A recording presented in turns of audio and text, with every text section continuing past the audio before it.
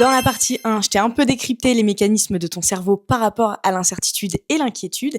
Et dans la partie 2, je t'explique comment vivre avec. Dans un premier temps, je te conseille de nommer l'inquiétude et non de la noyer. Dire à voix haute «là, je suis anxieuse», c'est aussi se l'avouer à soi-même. Et finalement, ça dégonfle un peu l'émotion. Chez moi, ça marche, mais ce que je nomme, je le contrôle mieux. C'est un peu spécial, mais ça a marché pour moi. Je me suis fait une fenêtre d'inquiétude. En fait, c'est un moment dans la journée où je m'accorde d'être inquiète. Ça paraît ultra chelou comme ça, mais je vous assure que chez moi, ça a vraiment marché. Pendant le moment de cette journée, je laisse mon cerveau divaguer comme il le souhaite. Il joue avec mon inquiétude, c'est très dur, mais une fois que cette fenêtre est refermée, ça va beaucoup mieux. Je ne sais pas si c'est une bonne solution pour vous, mais bon, on peut tester, why not? Et le dernier point qui est pour moi le plus important, c'est de distinguer ce que tu contrôles et ce que tu ne contrôles pas. Sur sa mission, tu as zéro contrôle. Sur ta journée et sur ton équilibre, tu as le contrôle. En fait, il faut que tu apprennes à mettre ton énergie au bon endroit. Et ça, vraiment, crois-moi, ça change tout. N'oublie pas aussi que tout ce que tu vis, tu peux en parler à quelqu'un